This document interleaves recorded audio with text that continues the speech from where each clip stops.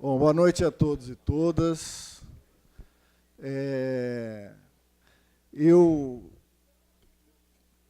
proponho, na minha fala, eu me propus a não discutir somente a perspectiva de conjuntura, partindo do pressuposto que está todo mundo acompanhando.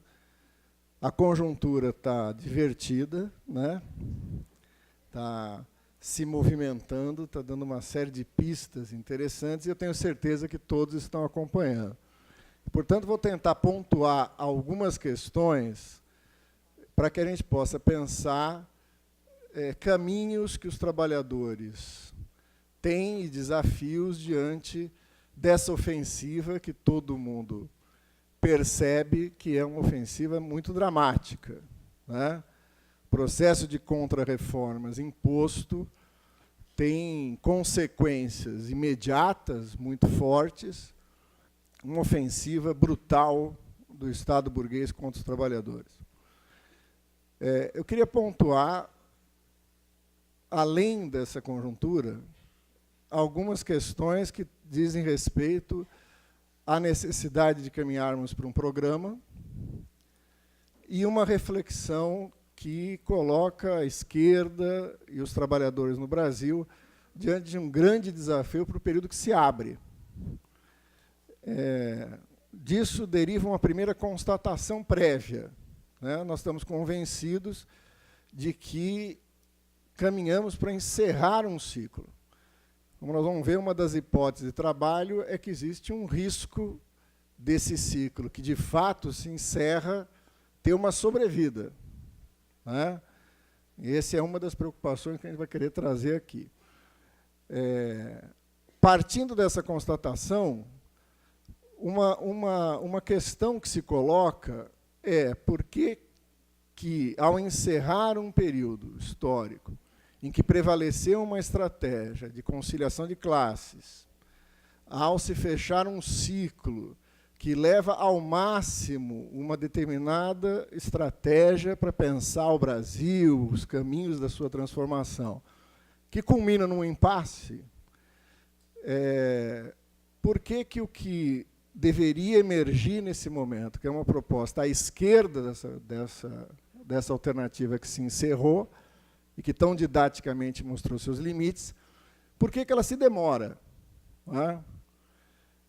A nossa hipótese de trabalho é que, primeiro, nós estamos ainda vivendo o final desse ciclo e isso ainda cobrará um preço, né? Os períodos de transição não são tão simples, né? Onde uma força hegemônica começa a declinar, não aparece imediatamente uma para ocupar o seu lugar. Quem trabalhava com essa hipótese, por vários momentos, já alertávamos que é muito pouco provável que isso acontecesse, né? Se nós pegarmos como parâmetro de análise o golpe de 64, a força hegemônica até então, o PCB, não será imediatamente substituído por uma alternativa, mas terá um período de transição bastante tumultuado, né? E somente no final dos anos 70, dos anos 80, é que abre-se o ciclo onde o PT acaba por ser hegemônico. Mas não é só esse a explicação, não é? É que o momento que nós estamos vivendo do fechamento desse ciclo combina-se também com uma profunda crise do capital, que está na base de uma crise política e que até bem pouco tempo atrás nós dizíamos essas duas crises têm um potencial, ao se combinar, bastante explosivo, mas ela não chegou ainda a uma crise do Estado, não é?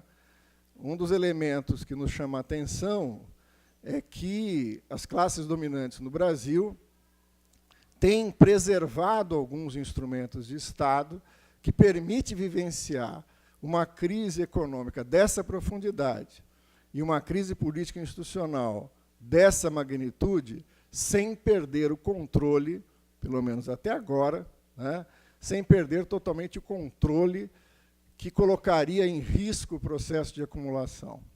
Nós temos aí um paradoxo. Se, por um lado, nós estamos vivenciando uma profunda disputa entre segmentos e setores do bloco dominante, né?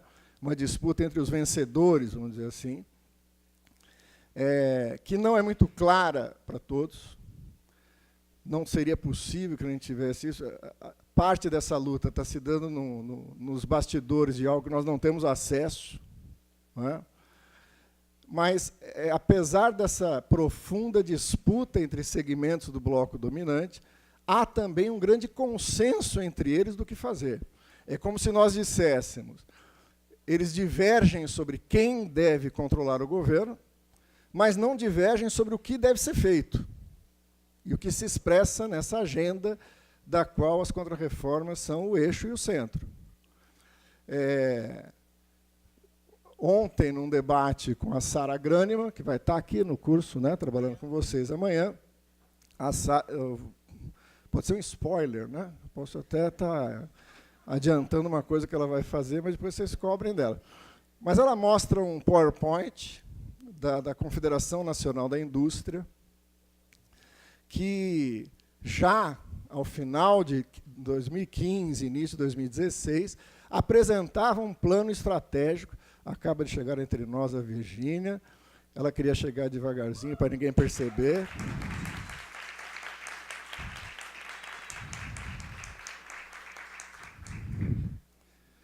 Mas eu não deixei. A CNI, a Confederação Nacional da Indústria, apresenta, através de um PowerPoint, o que ela chama de um projeto estratégico para o Brasil de 2016 a 2018. Veja, a data é significativa. E consta nessas prioridades, extremamente bem didaticamente apresentadas, a reforma da Previdência, a reforma trabalhista, a redução dos gastos do Estado, né, a reforma política, todos os elementos que constam dessa pauta. Não é coincidência. Esses são os elementos que orientavam uma obra de ficção científica chamada Ponte para o Futuro, apresentada pelo PMDB, que orientaram uma agenda para o Brasil do Renan Calheiros, são os mesmos pontos, e que aparece também significativamente nos documentos da Fiesp, né, da Firjan, da Febraban, da BIMAC, do Conselho da Federação Nacional da Agricultura e da Pecuária, né? Ou seja, construiu-se sobre o que fazer um consenso no bloco dominante, né? Se a gente pegar mesmo o final do governo Dilma, ainda em 2015, início de 2016, nós vamos ver que esses pontos de diagnóstico e de consenso também eram compartilhados, né? A necessidade de fazer a reforma do Estado, de cortar gastos, né, de manter as políticas que favorecem a formação dos superávites primários, né? Ou seja, havia um consenso do que fazer. Portanto, há aí uma distorção política de uma disputa muito intensa entre os segmentos sobre o controle do governo, mas não sobre o que fazer. Do nosso lado, existe uma pergunta importante. Se as classes dominantes têm muito claro um projeto e têm a disposição de colocar todos os instrumentos que dispõem para impor esse projeto, com todo o custo que ele implica, qual é a posição das classes trabalhadoras? Não é? E aí que existem algumas questões que, para nós, se tornam centrais. As nossas posições não podem se dar através de um debate de uma superfície, ou no campo daquilo que o Gramsci chamava da pequena política. Nós não podemos pautar nosso debate para as eleições diretas ou indiretas, antecipadas ou em 2018, ou, pior ainda, né, reduzir esse debate a um nome para derrotar esse bloco que, no momento, está no governo, sem que a gente traga o que para nós nos parece essencial, o debate do programa, né? Plínio de Arruda Sampaio Júnior tem falado, e eu concordo com ele, que o programa se produz não pela capacidade, seja de indivíduos ou de organizações políticas, de produzir um temário, de produzir um conjunto de tópicos, de uma leitura do país, até porque, se nós pensarmos bem, aquilo que nós temos, pelo qual temos lutado nos últimos anos, é mais do que suficiente para a gente ter uma clareza sobre um conjunto de tópicos que são essenciais para a discussão programática. O Plininho tem alertado que o programa não deriva, portanto, de um esforço, seja intelectual ou seja político, mas do encontro do que ele denomina da teoria de um lado e da luta de classes de outro. Né?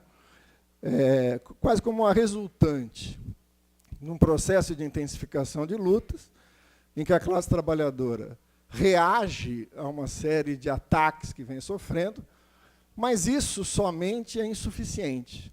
É necessário que a gente agregue a isso uma leitura do nosso país, uma compreensão das suas contradições principais, que nos permitiria apresentar os interesses das classes trabalhadoras de forma programática. E é interessante porque eles estão ausentes na conjuntura. Que o bloco dominante assim proceda é de se esperar. Mas a esquerda jamais pode aceitar os limites desse debate. Não é? Ao nosso ver, os acontecimentos mais recentes, principalmente a greve geral de 28 e a ocupação de Brasília, mostraram que existe um potencial das classes trabalhadoras em entrar no jogo e criar um empate, pelo menos criar as condições para apresentar sua posição. O fato dela não estar sendo colocada nesse momento na mesa é um dos efeitos do ciclo que se encerra. De certa maneira, a classe trabalhadora foi sequestrada na sua expressão política pelas forças que hegemonizaram o período passado e que ainda falam em nome dessa classe. Não é? A nossa pergunta é, falam para atingir que objetivos e que interesses?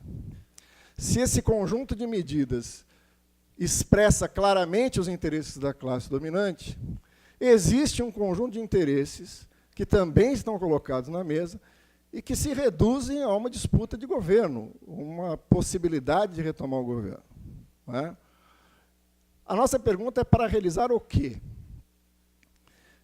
Eu não consegui analisar ainda com a cautela, a calma necessária, a carta que foi tornada pública ontem pelo senhor José Dirceu na Folha de São Paulo. E não consegui ainda fazer essa análise, porque eu fiquei muito puto com a carta. Né? Insatisfeito. Emputecido. Por quê? Porque, em linhas gerais, para a gente entender parte desse conjunto de interesses que se expressa nesse momento histórico difícil. Uma avaliação de que a possibilidade de um entendimento, de um diálogo, de um acordo entre as classes chegou no seu limite, né? Que é necessário superar o rentismo, só para citar 2 pontos centrais que articulam ali o argumento. Que é um negócio interessante, né? Porque não é uma pessoa que está analisando a conjuntura, é uma pessoa que esteve diretamente ligado à política que foi implementada nos últimos anos, que implementou exatamente isso. E não vem com um tom de autocrítica, não deveríamos ter feito. É quase como um tom de fizemos, tínhamos que fazer, foi ótimo, mas agora isso acabou. Mas acabou em que sentido? E é isso que me deixa bastante irritado.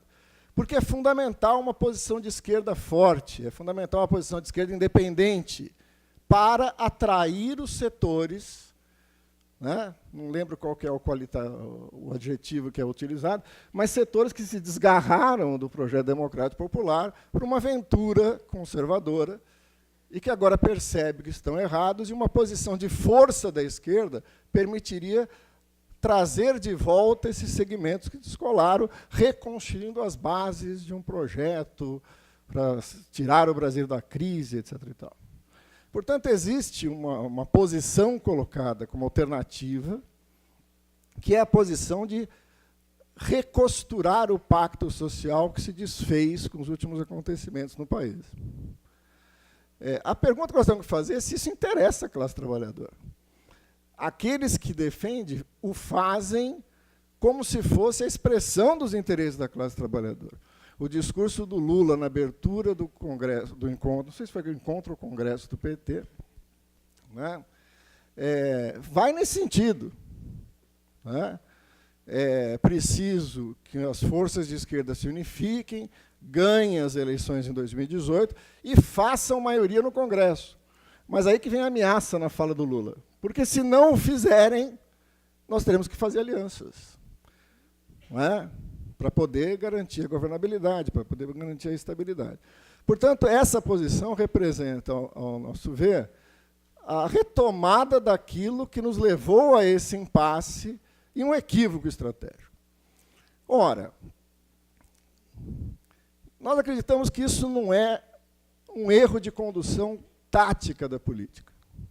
Isso é a expressão de um limite de uma formulação estratégica, que está incorreta não porque alguns podem preferir outra formulação estratégica ou têm suas preferências, mas está incorreta porque lê incorretamente o país, lê incorretamente as contradições e, fundamentalmente, leu incorretamente o caráter do Estado no Brasil. Isso nos remete, então, a um terceiro momento, de, partindo dessas contradições, que leitura se faz desse período e que conclusões que a gente pode tirar que nos indicasse o caminho de uma formulação programática. O primeiro ponto a ser destacado, veja, não é nenhuma novidade, mas, como dizia o Marx, às vezes o óbvio precisa ser dito. O Brasil é uma formação social que desenvolveu uma particular forma de interação no modo de produção capitalista global. Que a questão que já foi tratada como dependência ou que já foi tratada como subdesenvolvimento se resolveu numa forma de interação subordinada, mas que permite o desenvolvimento do capitalismo no Brasil em todos os setores da nossa formação social. Ele está plenamente desenvolvido. Algumas das contradições mais essenciais da nossa formação social, que foram temas de exaustivos debates na teoria social, na sociologia brasileira, se resolveram na última quadra em favor de uma forma de universalização das relações sociais de produção capitalistas, da forma capitalista de propriedade e de uma reconfiguração da classe trabalhadora profundamente no nosso país. Aquilo que o Ricardo chama de uma nova morfologia, uma nova forma da classe trabalhadora, mas que, inegavelmente, é uma nova forma de uma substância que se localiza nas relações sociais de produção capitalista, nas formas de propriedade capitalista, e, mais do que isso, dessas formas de propriedade e relações capitalistas num estágio altamente monopolista, concentrado e centralizado, num capital que imbrica não apenas segmentos do próprio processo de acumulação do capital, da indústria, do comércio, do transporte, das finanças, da exportação, da importação, da produção de máquinas, do agronegócio, mas também imbrica-se aí os interesses próprios e locais com os interesses do capital imperialista, fazendo com que o Brasil opere como aquilo que a Virginia chama de uma plataforma do capital imperialista. Segunda constatação, que a essa forma econômica corresponde uma forma política a ela adequada. O Estado brasileiro é um Estado burguês.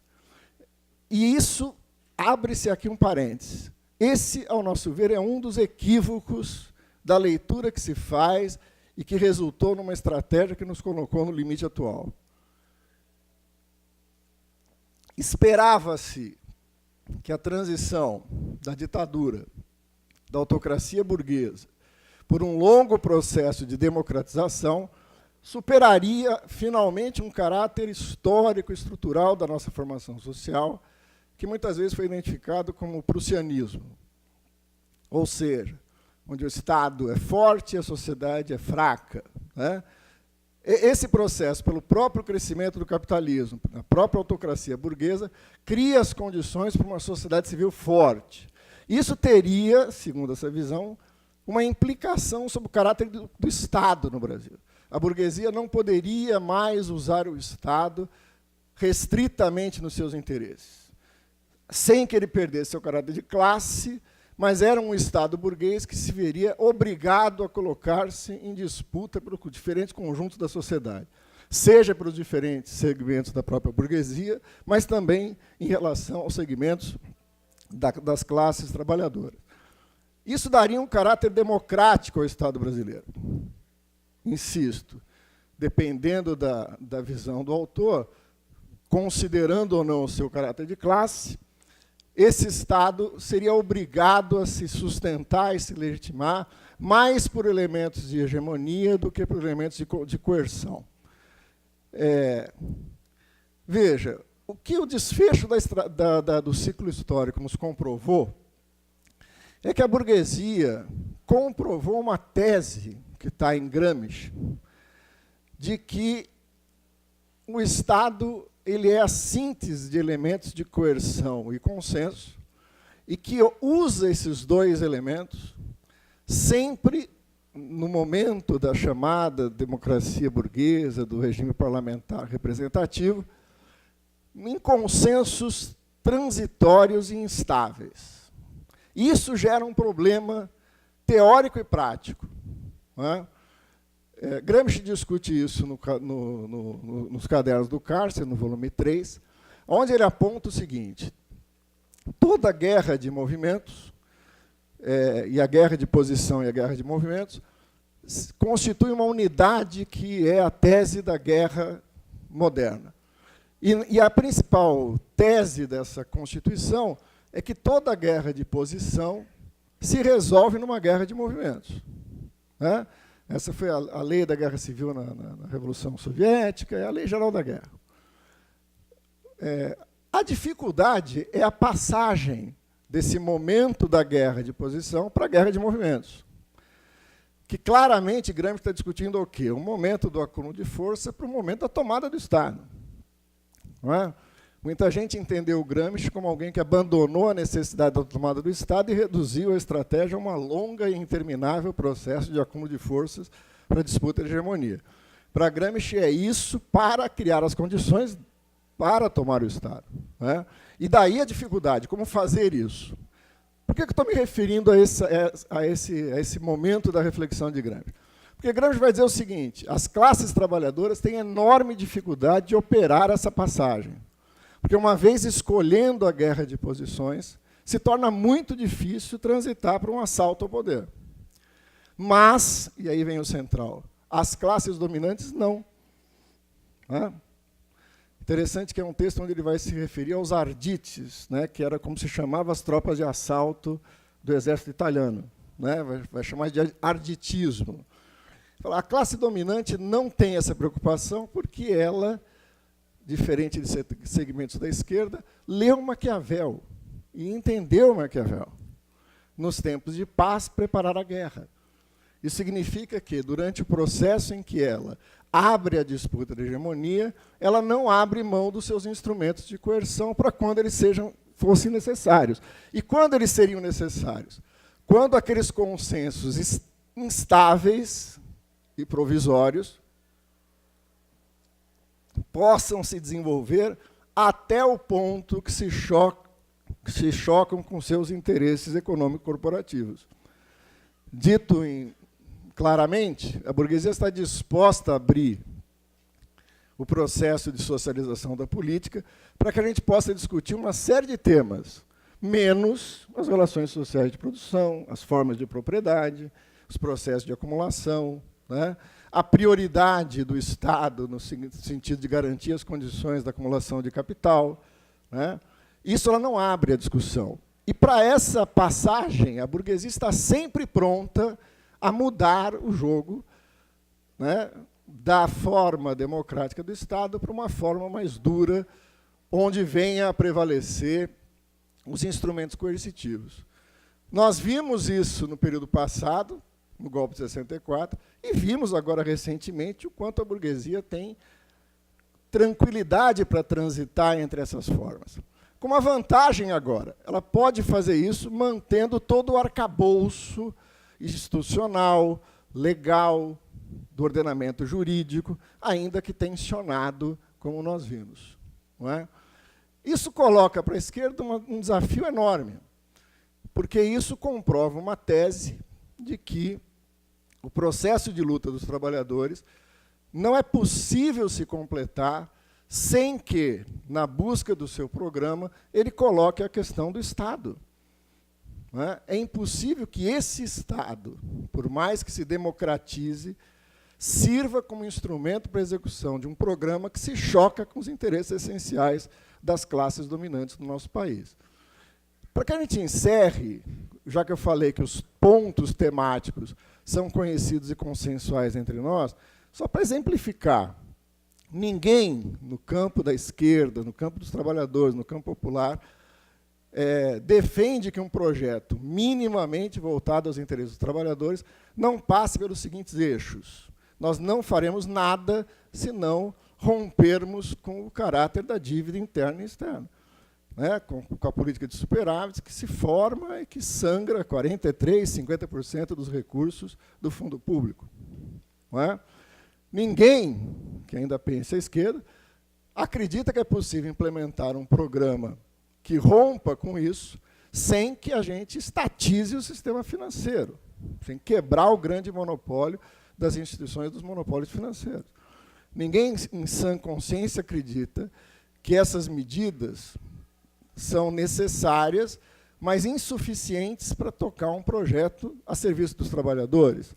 É necessário reverter radical e profundamente o processo de privatização e sucateamento do Estado em setores estratégicos, né, de energia, de transporte, de mineração, né, de portos, aeroportos, etc. e tal.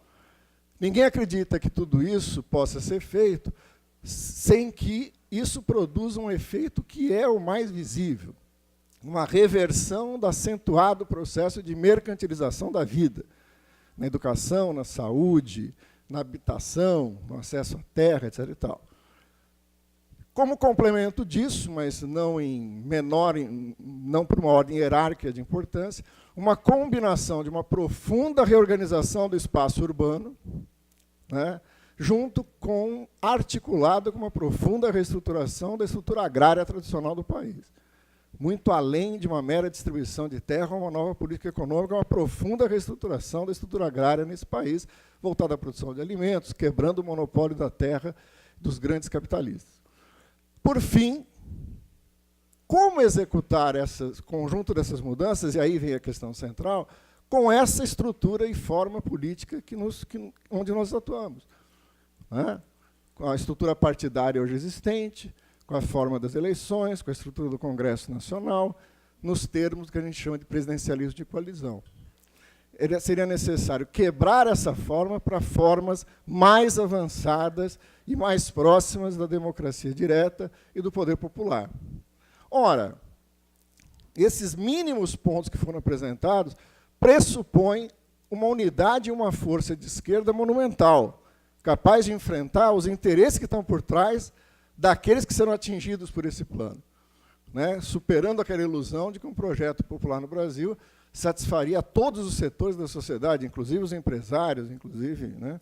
Eu não citei os meios de comunicação, mas vocês podem incluir ali que, sem quebrar o poder dos monopólios da comunicação, também isso não é possível. Se você somar os segmentos atingidos por esse breve esboço de um programa, vocês perceberão que é o conjunto do capital monopolista nesse país, que tem o Estado burguês atual uma poderosa ferramenta dos seus instrumentos, o que está provando agora. Eleições diretas, indiretas, antecipadas ou não, corremos o risco de, quando essa questão ser resolvida, as contrarreformas já estarão aprovadas. Não é? E aí o essencial vai ter passado, a gente vai estar discutindo como reagir a isso. Isso não é possível, portanto, a elaboração desse esboço de um projeto para os trabalhadores não é possível sem superarmos aquele grupo intermediário que eu me referia, que acredita que é possível remendar o pacto social nesse país. Né? E veja, isso não é uma tarefa fácil, porque, apesar dessa crise, esse segmento tem uma profunda referência ainda sobre segmentos consideráveis da classe trabalhadora. né, tanto do ponto de vista eleitoral, mas não só, do ponto de vista da própria mobilização que a gente presenciou na greve do dia 28. Portanto, não é uma boa notícia, né? Esse projeto pode estar morto, mas ele ainda tem uma incidência sobre a realidade e ainda conduz parte das expectativas da classe trabalhadora. Isso ocupa o lugar de um projeto de esquerda que ainda terá muita dificuldade de se apresentar. Mas ele tem que se apresentar desde agora, porque essa disputa não será feita no vácuo. Não será feita pelo próprio didatismo da realidade. Não adianta achar, deixe os trabalhadores viverem mais essa desilusão, aí então eles vão perceber. É necessário que isso se materialize num programa, em ação política, em ação organizativa, em disputa das consciências, e é essa a tarefa central daqueles que pensam como resistir às contrarreformas. Nós não derrotaremos as contrarreformas pela sequência de grandes manifestações. Não vai ter um placar ao final desse período dizendo assim, olha, vocês fizeram 10 manifestações, tiveram tantas pessoas, e isso lhe dá direito a uma reforma a menos. Escolhe qual vocês querem tirar. Não. As reformas serão derrotadas se a gente derrotar a classe que está por trás dessas reformas. E, no meio disso, está o Estado que representa e garante os interesses dessa classe. As contrarreformas serão derrotadas junto com o Estado burguês sendo derrotado. E o Estado burguês tem que ser derrotado por uma estratégia revolucionária, anticapitalista e socialista, que é o dever de todos nós contribuir diária e cotidianamente para constituí-la, fortalecê-la e transformá-la numa alternativa real para a classe trabalhadora em nosso país.